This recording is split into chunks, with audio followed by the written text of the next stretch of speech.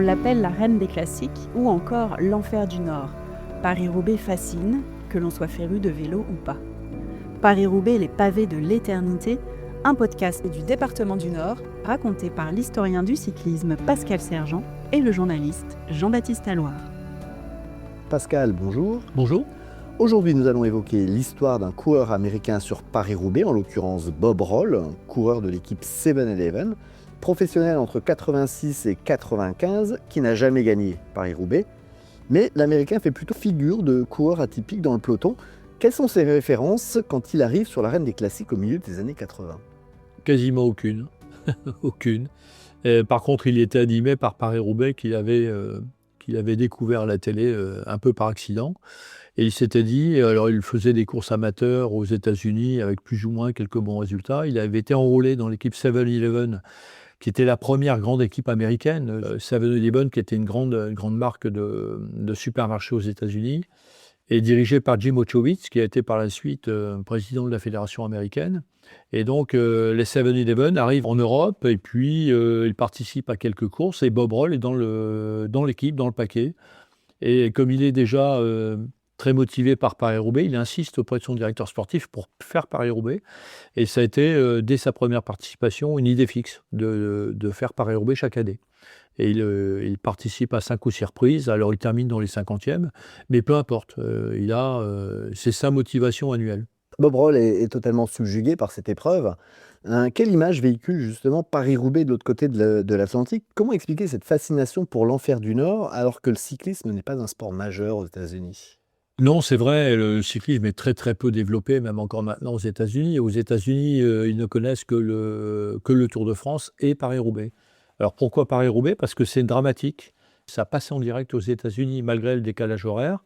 Et pour les Américains, il se passe toujours quelque chose sur Paris-Roubaix. Donc généralement même, pour la petite histoire, lorsqu'il y a des secteurs macadamisés, on passe des publicités et on revient sur les pavés en direct. Et c'est vraiment quelque chose qui anime aussi les Américains parce qu'ils sont très friands de ces sports un peu, allez, je dirais un petit peu anachroniques et puis difficiles, avec des chutes, des crevaisons. Et donc ça correspond tout à fait à leur état d'esprit.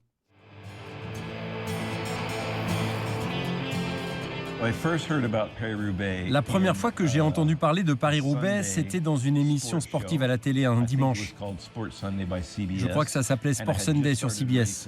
Je venais de débuter la course cycliste en Californie du Nord et ils diffusaient l'édition de 1982. J'ai été totalement fasciné par cette course, par la manière dont ils expliquaient ce que les coureurs traversaient, les difficultés pour franchir les secteurs pavés, puis ce combat final sur le vélodrome de Roubaix. Ils parlaient aussi de toute l'histoire de l'épreuve, depuis la fin du 19e siècle. Pour moi, c'était le nirvana. Ça sonnait comme le Graal absolu. Je me suis dit que c'était le meilleur événement au monde pour un cycliste. Bob Roll raconte qu'il est littéralement tombé amoureux de l'épreuve en regardant la course à la télévision, alors qu'il venait de se lancer dans le cyclisme. C'est le point de départ de sa passion pour l'enfer du Nord. Vous avez d'autres exemples de coureurs qui sont venus au vélo grâce à Paris-Roubaix ? Pour les Américains, il faut avouer que c'est assez rare. Par contre, oui, dans la région, on a ici très près Alain Mondu qui a vu Paris-Roubaix très jeune passer à M. On parlait tout à l'heure d'Adrien Petit et de Florent Sénéchal. C'est vrai qu'eux aussi ont été baignés dans cette atmosphère de Paris-Roubaix. Donc ça aide fortement. C'est une course qui fait rêver les jeunes coureurs en devenir. Oui, et notamment dans la région. Je veux dire, on a tous vu un jour ou un autre passer Paris-Roubaix. Pour les amoureux du vélo, c'est ça. Donc ça peut générer effectivement des vocations. Ce qui est dingue, c'est qu'après avoir vu cette émission consacrée à Paris-Roubaix, Bob Roll n'a plus qu'une seule obsession, c'est participer à cet enfer du Nord. Comment, alors que c'est un cycliste lambda en tout début de carrière, il réussit à taper dans l'œil de Jim Ochowicz, le fondateur de l'équipe 7-Eleven ? Jim souhaitait pouvoir avoir une belle équipe pour participer d'abord au Tour de France. Mais dans cette équipe, il y avait Ron Kiefel, Roy Nickman, il y avait Andy Amstein, Jeff Bradley, Davis Finney par exemple, qui étaient plus des coureurs de Tour de France. Et donc il fallait quelques volontaires tout simplement pour s'aligner sur Paris-Roubaix. Puis Bob Roll était la personne idoine, la personne qu'il fallait pour pouvoir affronter les pavés. C'est comme ça que ça s'est fait, tout simplement. Et ses qualités, les qualités de Bob Roll. Ah ben, il ne renonçait jamais. D'ailleurs, dans cette équipe 7-Eleven, il y a une année où il est le seul à terminer de son équipe 7-Eleven. Il est le seul à terminer à Roubaix. Paris-Roubaix, c'est tout ça à la fois. Les défis, le suspense. C'est ce qui en fait un événement exceptionnel pour le public, mais aussi et surtout pour les coureurs.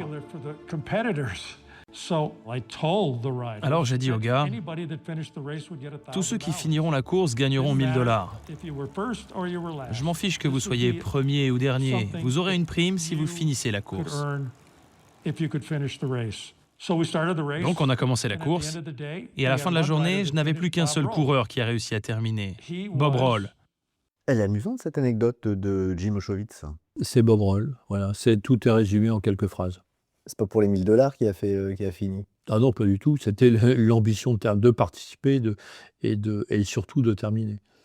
Du coup, on retrouve Bob Roll sur Paris-Roubaix, mais aussi sur le Tour de France. Et pourtant, c'est Paris-Roubaix qui hypnotise notre éleveur de serpents. 6 participations, 6 fois finisher, jamais placé. Mais j'imagine que pour lui, l'essentiel est ailleurs. Il voulait être sur la place de Compiègne pour participer à Paris-Roubaix. Ça, il l'a dit à plusieurs reprises. C'était son ambition, mais son idée fixe. Et donc, il a réussi à plusieurs reprises à y être et à terminer. Et c'est vraiment un exploit pour un coureur américain qui n'était pas prédisposé à ça. Comment expliquer d'ailleurs qu'on ne retrouve aucun Américain sur le podium de Paris-Roubaix? On a 2 Australiens, un Canadien, 3 Anglais, un Irlandais côté anglophone, mais aucun coureur américain. Ça, c'est les circonstances de course. Il y a Greg LeMond qui a terminé une année 4e, donc à une place près, il pouvait monter sur le podium. Non, c'est comme ça. Alors certes, il y a 2 Australiens et puis un Canadien, Steve Bauer, qui se fait battre au sprint par Eddie Planckaert en 90, mais les Américains n'ont pas forcément été toujours en capacité de pouvoir jouer les premiers rôles. Et d'ailleurs, Greg LeMond, quand il termine 4e, il est surtout l'équipier du Claude Hassal. Je connaissais aussi le Tour de France, bien sûr. C'était sur ma liste. Mais c'était vraiment Paris-Roubaix qui m'a captivé. Je disais à tous les gars du club de vélo dans lequel j'étais, je vais faire cette course. Un jour, je vais la faire. Et ils m'ont dit, mec, t'as été viré de tous les clubs de vélo et tu ne feras jamais Paris-Roubaix. On ne fait pas Paris-Roubaix. On est bien meilleur que toi. Et moi, je leur disais, je ne sais pas comment, mais je la ferai. Et même ces gars m'ont vu à la télé 3 ans plus tard, en train de disputer mon premier Paris-Roubaix au sein d'une équipe américaine en 1986. C'est une course incroyable et je suis tellement heureux de l'avoir fait. C'est un drôle de pied de nez qui fait ses anciens partenaires de vélo. Alors ce qui est drôle, c'est qu'on apprend aussi que 7-Eleven se retrouve sur Paris-Roubaix parce que c'est la condition sine qua non pour participer au Tour de France. Oui, vous savez, au-delà de l'aspect sportif, il y a aussi des enjeux financiers. L'équipe 7-Eleven, l'équipe américaine, permettait à CBS, la grande chaîne de télévision américaine, de rentrer dans le tour de table pour la diffusion, donc quelque part des royalties pour ASO à l'époque. C'est courant ça pour les organisateurs du Tour de France de demander des contreparties ou de poser des conditions aux équipes qu'ils invitent? Ça peut arriver, c'est un peu moins le cas aujourd'hui, mais c'est arrivé dans l'histoire où effectivement il y a une petite pression en disant pour la sélection du Tour, vous serez dans la shortlist, mais attention, il faut peut-être participer ou à Paris-Nice ou au Critérium international, voire Paris-Roubaix, voire la Flèche Wallonne ou Liège-Bastogne-Liège. Mais aujourd'hui, c'est beaucoup moins courant. Les meilleurs coureurs du monde peuvent gagner Paris-Roubaix, mais seuls les plus forts sont capables de finir cette course. Il n'y a rien qui ressemble à Paris-Roubaix. Roger de Vlaminck, c'était un magicien sur les pavés. Il a fait, je pense, 14 éditions. Jamais classé au-delà de la 7e place. Il a gagné 4 fois. Je me disais, oh mon Dieu, c'est pas possible. Pascal, vous validez les propos de Bob Roll sur Paris-Roubaix quand il dit les meilleurs coureurs sont capables de gagner, mais seuls les plus forts peuvent finir? C'est vrai, parce qu'il faut être très fort physiquement, mais il faut aussi être très fort psychiquement, psychologiquement, pour pouvoir ne serait-ce que terminer, parce que c'est 55 km de pavé, c'est 260 km de course, c'est usant, difficile. Qui plus est, pour beaucoup, ils ont un rôle d'équipier, donc ils doivent passer leur roue quand il y a une crevaison, des choses comme ça. Donc il faut vraiment avoir un mental d'acier pour terminer à Roubaix. Et Roger de Vlaminck, c'est vraiment un magicien sur les pavés. C'est l'exemple type du coureur de Paris-Roubaix, c'est Monsieur Paris-Roubaix. 4 victoires, 9 podiums, à une époque où il y avait du monde en face. Il y avait Eddy Merckx, Godefroot, Van Springel, André Dierix, Willy Terling, enfin bon, vraiment beaucoup de monde, Éric Lemand, beaucoup de monde. Et malgré tout ça, Roger de Vlaminck a surnagé cette décennie quasiment entre 69 et 79-80. En 81, il est encore deuxième derrière Bernard Hinault, 12 ans plus tard. Donc c'est vraiment le champion incomparable sur ces pavés. Et là, Bob Roll a bien raison. Merckx disait de lui, il l'a dit à plusieurs reprises d'ailleurs, que quand il était dans la roue de Roger de Vlaminck, il pensait que Roger connaissait parfaitement l'emplacement de chaque pavé. Roger de Vlaminck, on avait l'impression qu'il volait sur les pavés.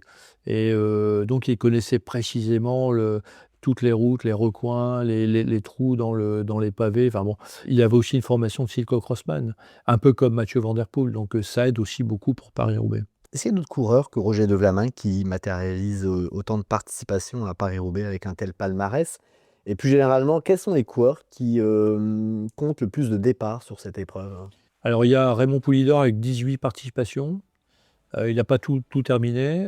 Par contre, Mathieu Heyman, qui a gagné d'ailleurs Paris-Roubaix en fin de carrière, a 17 participations et il a terminé tous ses Paris-Roubaix. Donc c'est vraiment des spécialistes. Servais Knaven était aussi parmi eux, qui a gagné en 2001. C'était ce type de coureurs qui sont animés quasiment essentiellement par Paris-Roubaix. Paris-Roubaix, les pavés de l'éternité. Retrouvez les autres épisodes de ce podcast sur info.lenord.fr ainsi que sur toutes les plateformes et poursuivez votre immersion en images avec le documentaire d'Antoine Diehl, Paris-Roubaix Duels en enfer, à voir et à revoir sur France.tv.